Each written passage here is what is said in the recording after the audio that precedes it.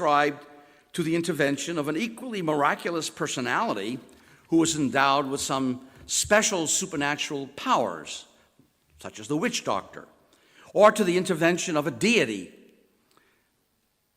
I hope I don't offend anybody with this line, perhaps accounting for the humorous origin of the abbreviation for the physician's degree, Doctor of Medicine, MD, which some wit has said stands for mystical deity. No doubt, today's blasé acceptance of radio and television would certainly have been regarded as a miracle several generations ago. Clearly, the qualifying conditions for defining a miracle depends in large measure on the culture and education of the beholder.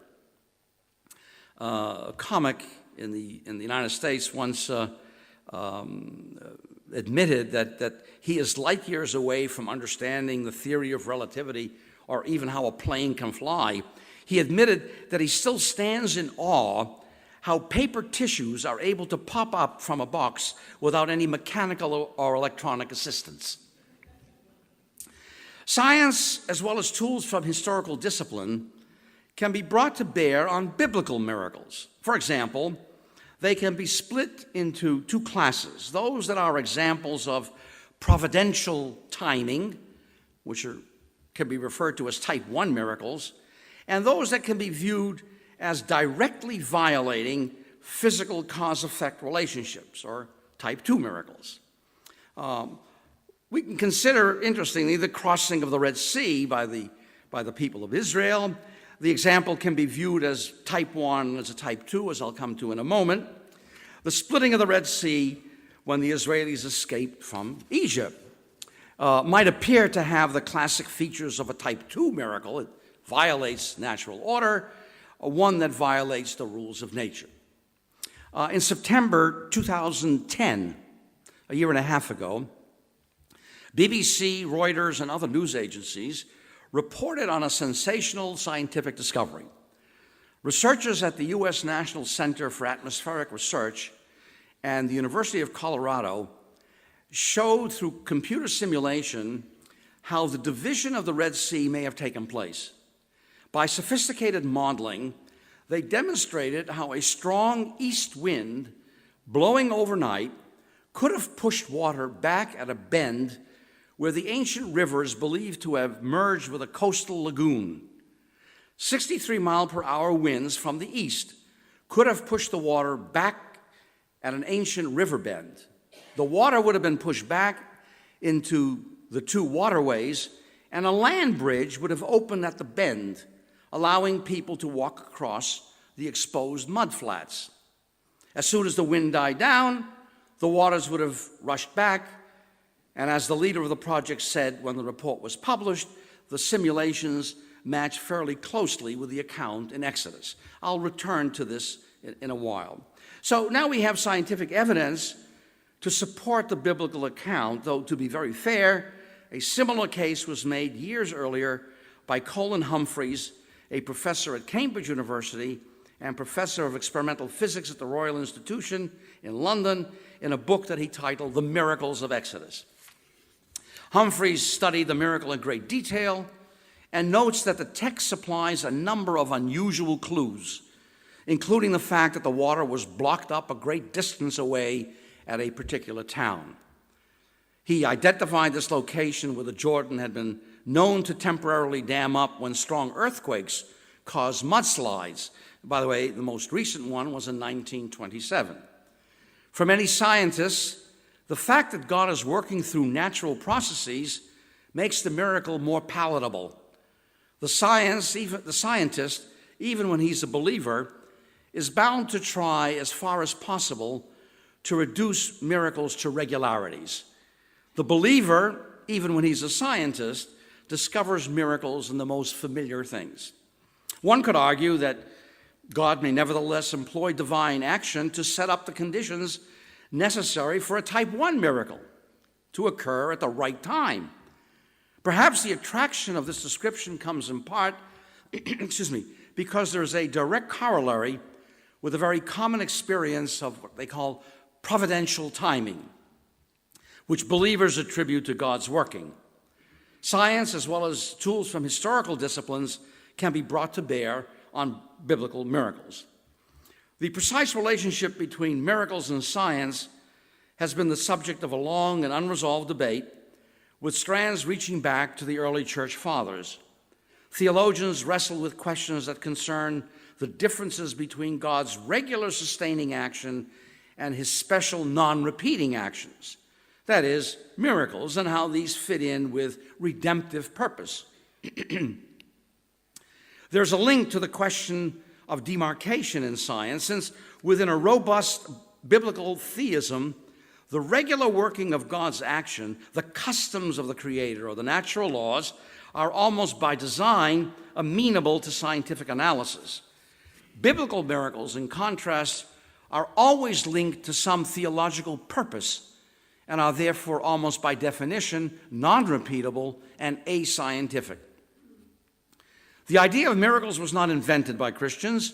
The terminology is endemic to theism and has always formed part of the language of religious discourse in other religions and in paganism, meaning the wonder caused in man by events beyond his understanding.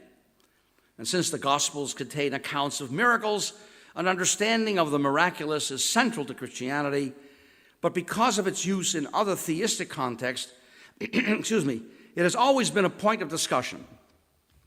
In the early 21st century, the word miracle is given a limited meaning by dictionaries, which generally describe miracle as, I quote, an event exceeding the known powers of nature owing to special intervention by a deity or some supernatural agency. This is to stress, This is to stress the etymology of the English word miracle, which derives its meaning from the Latin mirare, meaning to wonder. Exclusive stress is laid on that which causes wonder and amazement. Popular use of the word unfortunately suggests that the more that is known about the laws of nature, the less room there is for the intervention by God. Miracle is then seen as opposed to nature in terms of inexplicable wonder, but that is not the basic understanding of miracles within the Christian church. In the ancient world, the statement, "the world is full of miracles," would not have meant the constant infraction of the course of this world, principally because the notion of the laws of nature was not used. It would have meant everything created is a wonder issuing from the hand of God. Perhaps a brief digression may be useful. Having attempted to begin to understand the nature of miracles, how do we understand the meaning of magic? A dear colleague of mine, David Taylor, observed that, and I quote him, "Magic is one way of making claims about how the world works. It is a belief system. The magician induces us to believe what we do not see." No doubt that magic shares much of what we had to say about miracles, but with striking differences. A brief internet search will provide all kinds of entries for medical magic. The entries usually have advertising demonstrations for hire or instrument or toys that you need for successfully achieving results, and publications and instructions and training in how to become a magician. Not to mention an entry for African Abatagi sacred text, which they have called Medical Magic and Witchcraft. Yet we are instinctively aware that magic and miracle differ enormously. Magic is generally for entertainment, practiced by a trained performer with a performance that can be replicated on demand.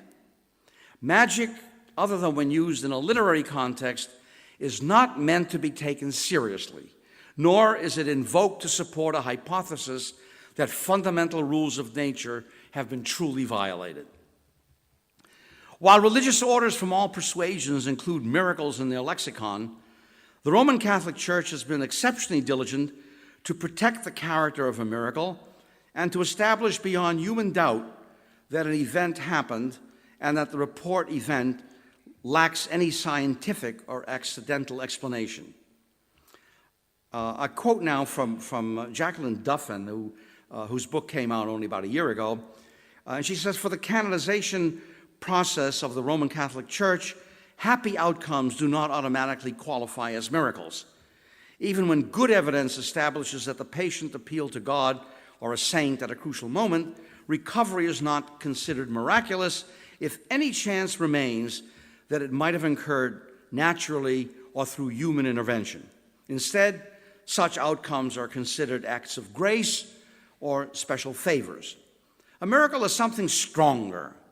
Duffin provides a most important review and an analysis of over 1,400 miracles pertaining to 29 canonizations and 145 beatifications from 1588 to 1999.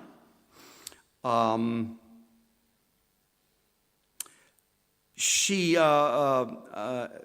analyzed the positios, or the positio super virtutibus, the depositions that are housed in the secret archives of the Vatican, and she's published them all in a book called Medical Miracles, Doctors, Saints, and Healing in the Modern World. This came out in 2009.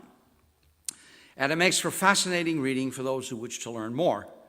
Over the centuries, many philosophers have contemplated the definition and existence of miracles. In philosophical and theological traditions, a miracle is an event of wonder that lacks any other reasonable explanation. It can also serve as a sign of divine action.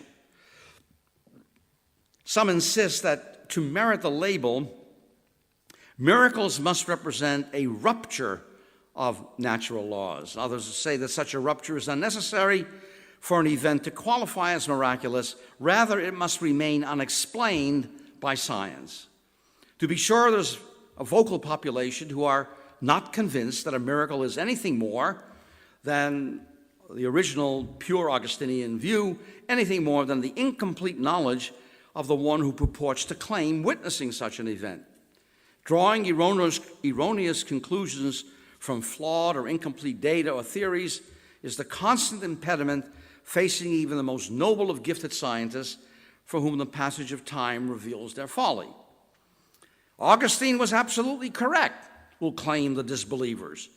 And any claim to the occurrence of a miracle is nothing more than our incomplete information of what we actually witness or what we've been told. Incomplete by reason of our state of knowledge, perhaps by distortions that are accidental byproducts of human frailty, if not willful deception and fraud. The miracle denier will suggest that we be reminded of a parable of the man who ran into a lion, story of a man who enters a forest, and he has with him just his umbrella that he uses as a walking stick. And as he moves along, he confronts a lion, and so he shouts the word, bang, bang, and he holds his umbrella and points it to the lion, and the lion falls mortally dead. A miracle? Well, unlikely. As the man with the umbrella uttered his cry, a hunter who was standing behind him fired his real gun. When wrestling with his own doubts, Sperber acquaints us with this parable and points out, if there had been no man with an umbrella, the result would have still been the same. But the bang-bangers, of whom there are many, stare in fascination at the miracle-working umbrella and have no eyes for the hunter and his rifle. We must leave this debate in the knowledge that those who choose to be unconvinced by the existence of miracles will invariably be able to defend their stations and not see